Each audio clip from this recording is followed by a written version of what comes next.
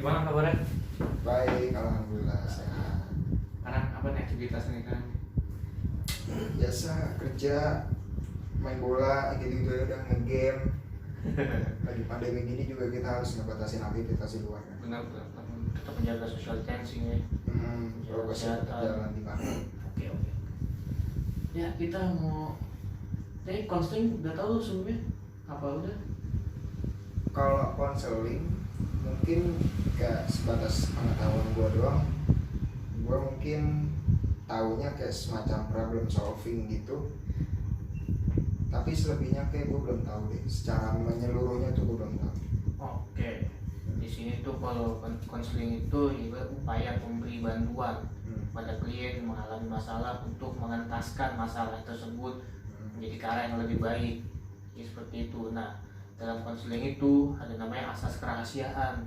Jadi yang dimana itu rahasia yang diceritakan oleh klien itu akan dijaga secara penuh oleh klien, tidak diceritakan kepada siapapun karena ada kode etiknya, tidak boleh menceritakan apa yang terjadi pada diri klien orang lain kecuali emang klien bersedia untuk dengan orang lain untuk mendapatkan solusi yang lain seperti itu.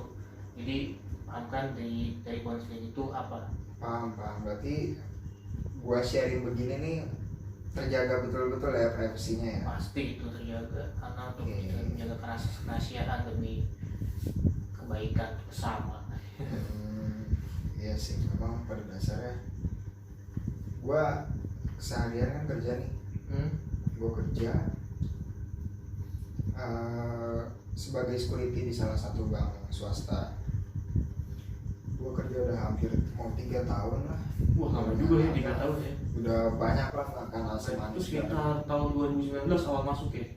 2018 akhir. Oh, 2018 akhir, berarti masuk tahun 2019. 19 betul. Gue sekarang ada di cabang daerah Cilandak. Itu lumayan jauh juga sih kalau dari rumah. Rumahnya di mana? Gue rumah di daerah Jatiwarna, di Pondok Melati. Oh, di Melati, Cilandak lumayan ya. Lumayan. Tiap hari berangkat pagi, 1 jam ada ya? Kurang lebih 1 jam tergantung kondisi lalu lintas.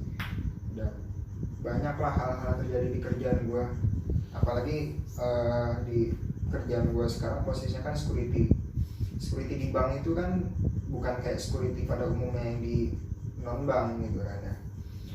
Lebih ke pelayanan, lebih ke penyambutan, dan konteksnya mengamankan di sini adalah menjadi nomor 3 poinnya, bukan lebih jadi nomor utama.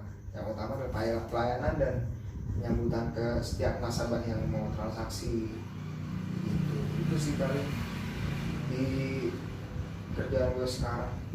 Ya bisa dibilang di usia gue yang masih muda mungkin gak banyak orang juga yang berkeinginan untuk jadi security. Kayak buat apa sih, gaji gak seberapa segala macam. Tapi alhamdulillahnya ya, tapi kan sebelumnya rezeki itu kan semua udah dibatasin dan dijatahin masing-masing kan. Ya gue juga pada dasarnya juga gak ada keinginan untuk jadi security itu gak ada gitu, atau berpikir terbesit dalam pikiran gue ntar mau kerja di bank ini jadi security, yang gak mungkin lah. Ya, tentu di banknya jadi karyawan ya kan, bukan jadi security-nya. Tapi ya memang ini udah jadi sebuah alur hidup gue lah ya, bahwasannya gue akan menjadi security di bank itu. Alhamdulillah juga udah berjalan selama 2 tahun lebih lah, hampir mau 3 tahun malah justru ya, udah lumayan lama. Manis, pahitan tuh udah dirasain semua. Dirasain semua. Suka dukanya apa juga udah tahu semua di bank itu, manisnya kayak gimana.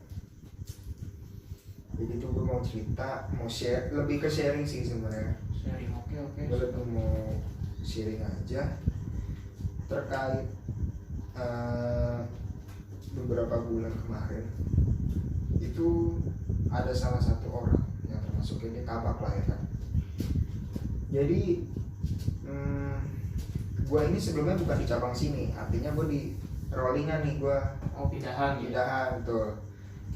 Nah pada saat itu gue di cabang yang sekarang ini kan ada shift malamnya ya kan, ada jaga malamnya.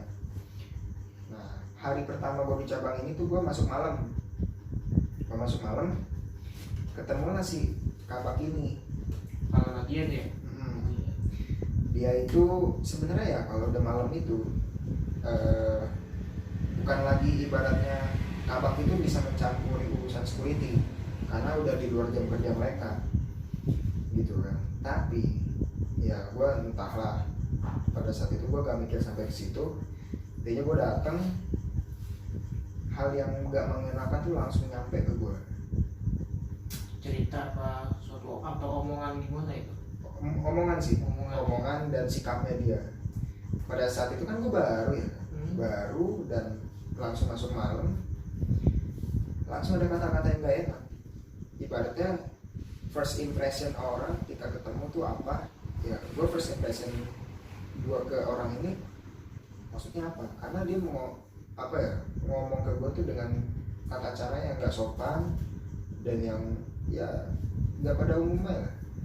Contoh, dia kemarin ngomong, saya tahu rekod kamu buruk di tempat sebelumnya. Gue baru ketemu dengan orang itu pada malam itu, belum pernah ketemu sebelumnya, tiba-tiba dia ngomong begitu. Orang lain akan bertanya, maksudnya apa dia ngomong gitu? Kan dari situ, oke lah, gue agak menggubris hal itu sebagai hal yang mungkin terlalu intens lah ya. Oke, gue nyadar gue masih baru. Dia nunjukin tempat-tempat di mana kayak saklar lampu, cara menyalainnya kayak gimana, hal-hal yang mungkin di situ belum gue explore, dia bantu di situ untuk mengenalkannya ke gue, tapi dengan cara yang nggak menyenangkan, dalam artian kayak nggak kayak orang-orang gitu. Gue ngerasanya ini orang apa sih, kok kayak gini, kayak gitu. Dari situ first impression gue pada malam itu adalah ini cabang kok gini banget ya, gitu kan. Terutama khususnya orang ini gitu. Gue di cabang ini tuh sampai sekarang itu udah sekitar 1 tahun lebih. Itu kejadiannya waktu gue pas baru banget masuk di cabang ini. Itu banyak banget tekanan yang dia berikan selama gue setahun pertama di cabang ini. Karena kebetulan orangnya udah nggak di cabang ini, karena dia udah di rolling ke cabang lain gitu. Banyak hal sih yang bisa dibilang perlakuan yang nggak menyenangkan, khususnya di diri gue ini. Perlakuan dia ke gue tuh kayak gimana, keseharian dalam kerjaan kayak gimana gitu. Setelah malam itu berlalu, oke. Di 3 bulan setelah gue di cabang ini, gue mulai ngerasa dia makin intens nih. Dia makin intens, menunjukkan dirinya bahwa kayaknya dia itu nggak suka. Cuma jadi lebih terang-terangan untuk menunjukkan ketika suka ya, ke lu. Lebih terang-terangan nih, dan lebih intens juga memperlakukan gue secara tidak enak gitu. Dari cara dia bersikap kayak gitu, gue langsung berpendapat bahwa nih orang kayaknya ada masalah sama gue, tapi gue gak tahu hal apa sih yang bikin dia gak suka sama gue. Jadi pemicu utama untuk tidak menikah itu apa? Apa mungkin dia tahu track record sebelumnya atau apa? Lu nggak tahu kan? Ya, dan dia juga dia ya kayaknya nggak perlu juga untuk menunjukkan track record lu di tempat selanjutnya. Ya udah ya. Iya.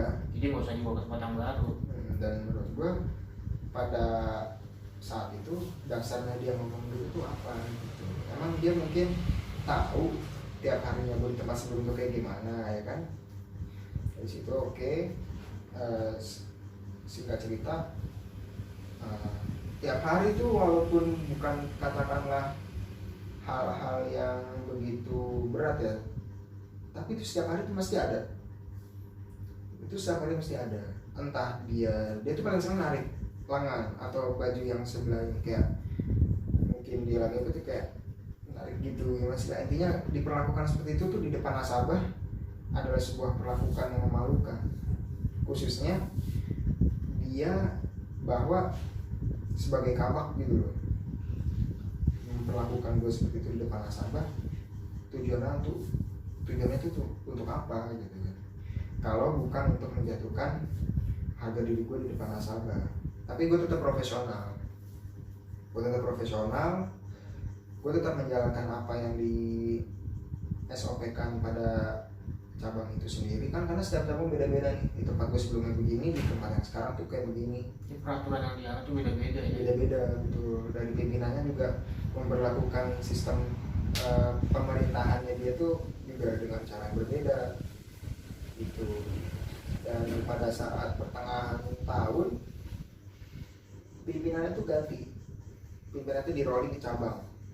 Jadi di bank itu sendiri bukan cuma sekedar security-nya aja yang di rolling, tapi dari aspek kabaknya, pimpinannya juga di kebagian jatah rolling gitu. Jadi termasuknya merata lah. Nah setelah ganti pimpinan itu, pimpinan yang baru ini gue juga baru pertama kali ketemu beliau, padahal masih di lingkupan area yang sama, di wilayah yang sama. Gue berpikirnya kayaknya ibu ini orangnya kaku nih, perfeksionis. Seiring berjalannya waktu, oh ternyata dia orangnya humble. Bahkan sampai detik ini pun lebih dekat ke gue. Sama gue tuh gak kayak sama ke rekan-rekan yang lain gitu loh. Ketika ada satu hal yang mungkin kabak ini lakuin ke gue, dia tahu.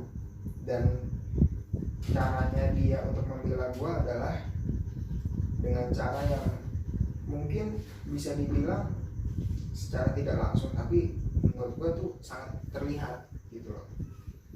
Dan waktu itu juga pernah gue diperlakukan sebagai apa ya, kayak gue tuh lagi bantu nasabah buat ganti buku, tiba-tiba dia datang nyamperin dan ngomong, udah deh kamu gak usah megang mesin ini buat gantiin buku nasabah, bikin minus aja. Itu ada nasabahnya langsung.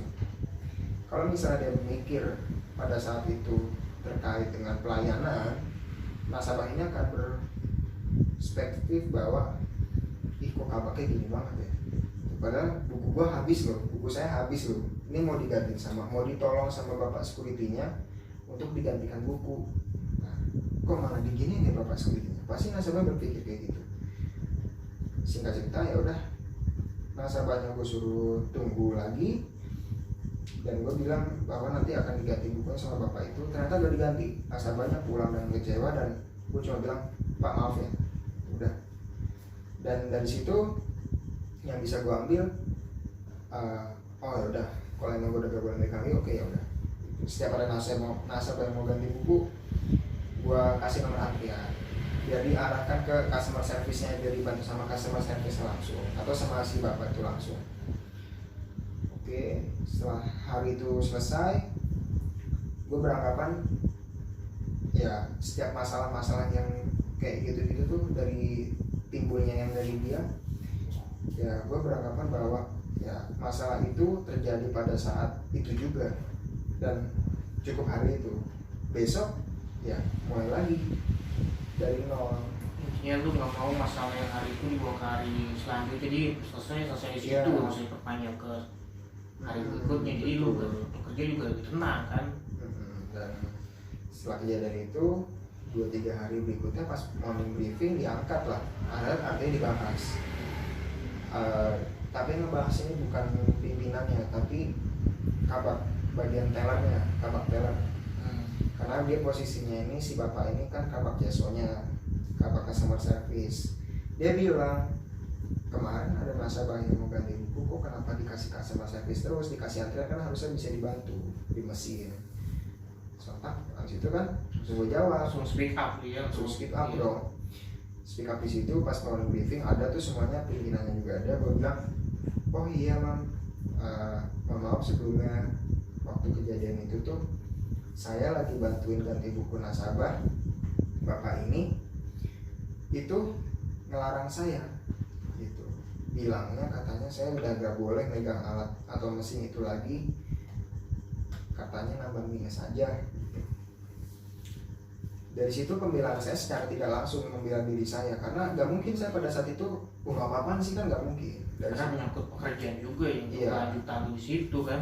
Betul, karir di situ juga otomatis kalau saya melawan seperti itu ya terancam juga kan. Dari situ ya saya berusaha untuk tetap profesional, dan di saat yang tepat lah, yang waktu pas morning briefing itu sendiri gitu, akhirnya Itu yang briefing itu sebelum melakukan kegiatan di pagi hari ya. Betul. Jadi briefing.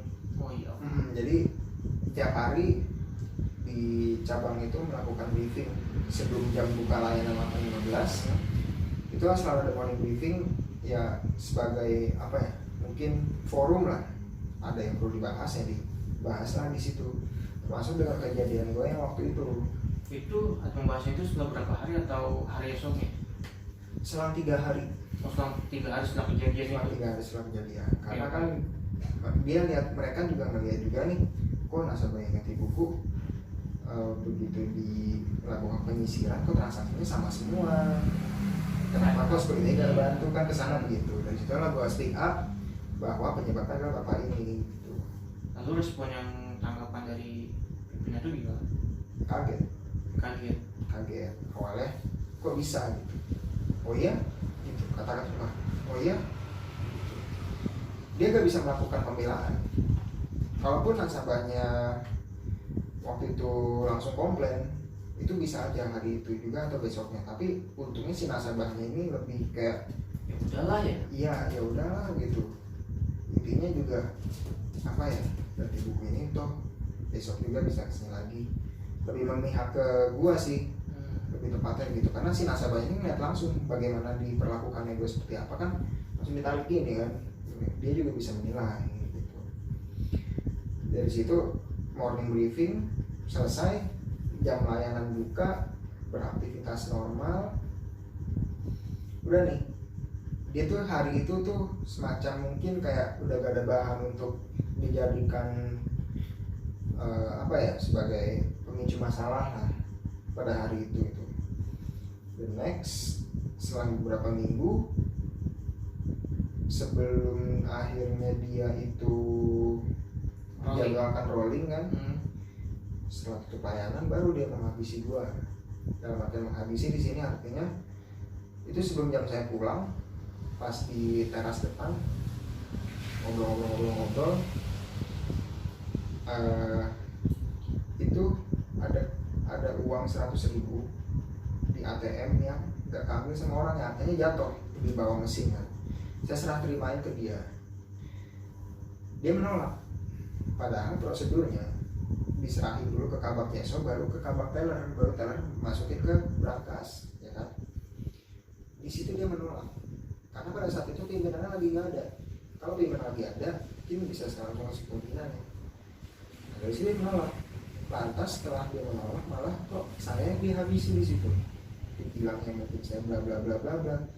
Dan di situ dia bilang, saya nggak suka loh sama kamu. Nah, dia mulai mengungkapkan nih ketidaksukaannya kepada gua nih. Ini terang-terangan ya. Ya udah mulai terang-terangan tuh, tapi dengan cara memaki sebelumnya. Sebelum dia bilang kayak gitu, dia dengan cara yang memaki gitu lah. Ya oke, saya terima gitu kan, gue terima. Terus yang pada saat itu terjadi tuh itu rame. Rame ya, ada rekan gue sebagai satu lagi, ada OB-nya, ada drivernya, pimpinan juga. Pada saat itu gue berpikir, ya udah, suka gak sukanya bapak, ya itu urusan bapak. Intinya saya di sini kerja, sesuai SOP, saya bekerja di sini, ada pimpinan siapa, ya udah saya ikutin pimpinan, bukan ikutin bapak. Semua selesai. Jadi saya gak berpikiran, waduh dia gak suka sama gue nih, gimana enggak. Tapi gue lebih berprinsip bahwa urusan dia gak suka itu urusan pribadi dia. Selebihnya, kalau misalnya dia gak suka sama gue karena hal apa, itu dia gak jelasin, kayak semacam tanpa sebab, tapi atas ketidaksukaannya dia karena gue ini lebih dekat ke pimpinan. Karena gue orangnya kalau sama pimpinan itu, ya itu tadi, gue loyal terhadap apa kata pimpinan. Gue juga menjaga kepercayaan pimpinan itu sendiri kan. Ya udah, akhirnya dia mungkin merasa dirinya teralihkan ya, mungkin gue juga gak ngerti. Akhirnya dia bisa sampai ngomong kayak gitu. Ya udah, setelah hari itu selesai, ya udah besokannya belum kemudian gue dapat kabar kalau bapak itu tuh mau rolling. Terus gue make sure bener nggak. Nah dari situ dia berusaha, walaupun gue udah tahu kalau dia kontrol itu, dia berusaha kayak menutupi gitu. Oh, gue masih di sini kok. Setelah dia di rolling perpisahan, disitulah saya merasa menang. Dalam artinya saya lega di situ bahwa orang yang gak suka sama gue ini udah gak di tempat ini lagi gitu. Dan setiap permasalahan yang ada mungkin bukan ditimbulkan dari orang itu lagi, udah nggak ada lagi. Itu dari situ gue berkesimpulan bahwa dia masalah gue ini udah kelar nih. Tapi belum. Namanya kerja kalau tanpa masalah itu bukan pekerjaan namanya. Kayak gitu sih gue paling. Tapi ketika itu orang keluar, apa sih yang lu lakuin ibaratnya untuk mencegah apa yang untuk tidak terulang lagi jadi seperti itu, atau cara apa yang lu lakuin jika ada apa tuh, saya ibaratnya apa yang lu pelajari, yang dapat lu pelajari di masalah itu, dan apa yang kan lu lakuin untuk kedepannya. Setelah kejadian itu, terutama dengan bapak itu, gue belajar bahwa setiap dalam pekerjaan itu mungkin ada yang suka atau nggak suka sama kita. Tergantung dari cara kita menyikapinya ya kayak gimana sih. Kayak gitu aja sih, lebih ke arah kayak ya udahlah. Toh kita juga kerja nyari makan dan kita berpatokan kepada siapa nih pimpinannya. Cuma itu aja sih.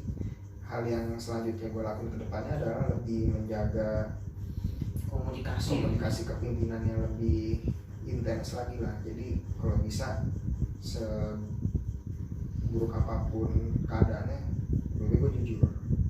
Jadi apa adanya ya. Apa adanya betul. Ya, lebih ngalir aja sih sekarang sih untuk saat ini.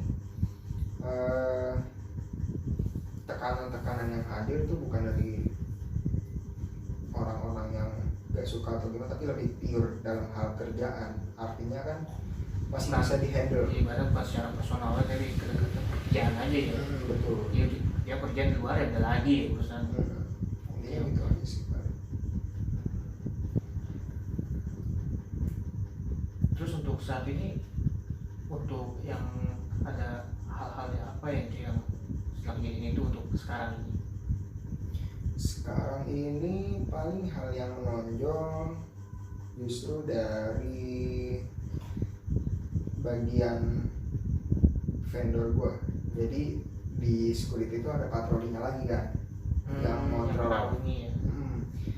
Patrolinya ini yang suka nyari-nyari masalah.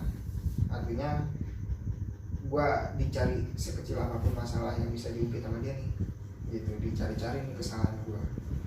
Itu sih dia itu memang ada satu orang yang hobi banget nyari-nyari kesalahan orang, dan kebetulan gue yang paling sering diincar. Gue juga gak ngerti kenapa alasan dia untuk ngincar gue gitu. Biasanya hal kecil apa sih gitu masalahnya dia? Contoh masalah di celana itu kan ada kayak kopel rem gitu, di sini ada kancing, itu kancingnya nggak ada tuh jadi masalah buat dia. Kenapa kok kancingnya nggak ada, kan jadi galati bla bla bla bla, merembet besar lah. Intinya gitu, masalah perihal kancing bisa jadi masalah besar kalau udah sama dia kayak gitu. Dan masalahnya kan kancingnya kan namanya lepas kan ya, dan pun kancingnya masih ada, bukannya jatuh hilang entah kemana, ini masih ada. Ini masih ada, juga percaya gitu kan.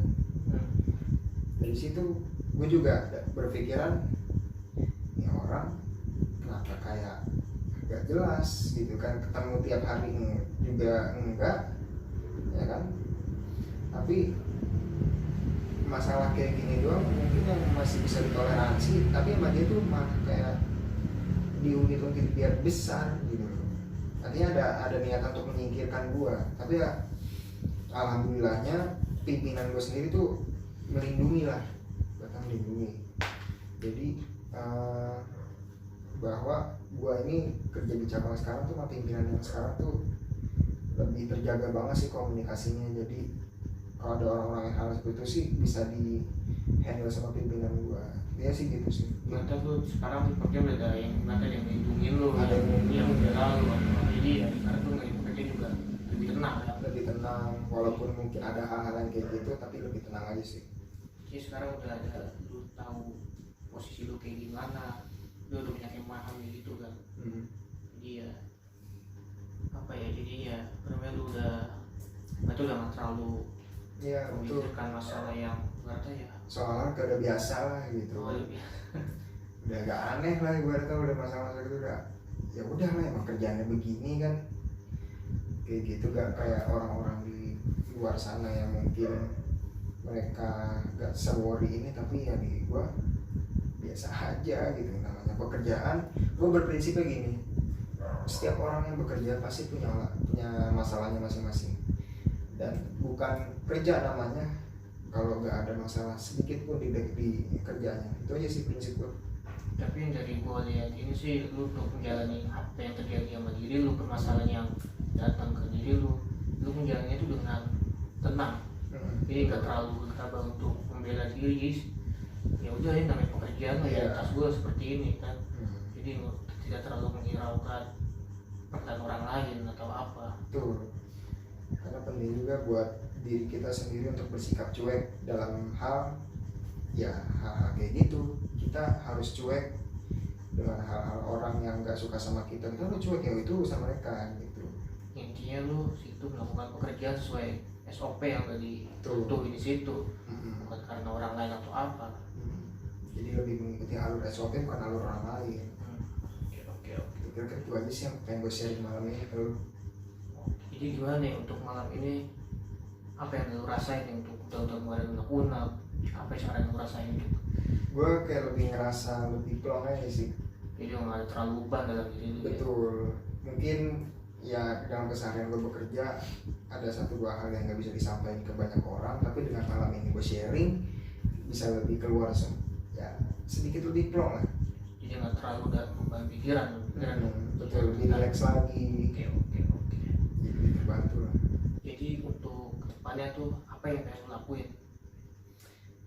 Yang pertama mau gue lakuin itu adalah gue mau menjalani pekerjaan gue dengan nyaman, dengan aman, lebih relax aja sih, lebih kayak enjoy menikmati pekerjaan gitu, nggak menganggap bahwa pekerjaan gue ini sebagai beban dengan ada orang-orang gitu, enggak. Gue lebih kayak ya udahlah, namanya pekerjaan sih, gue pengen ngelakuin dengan cara yang lebih santai, lebih enjoy, gak kaku gitu aja sih paling. Oke, kesimpulan aku dapat ini nih, lu tuh menghadapi masalah tuh ibaratnya menghadapinya dengan tenang, tidak terlalu gegabah, dan lu bisa menyelesaikan itu semua dengan baik ya. Ibaratnya walaupun ada omongan kanan kiri, lu bisa mengatasi itu semua dengan tenang.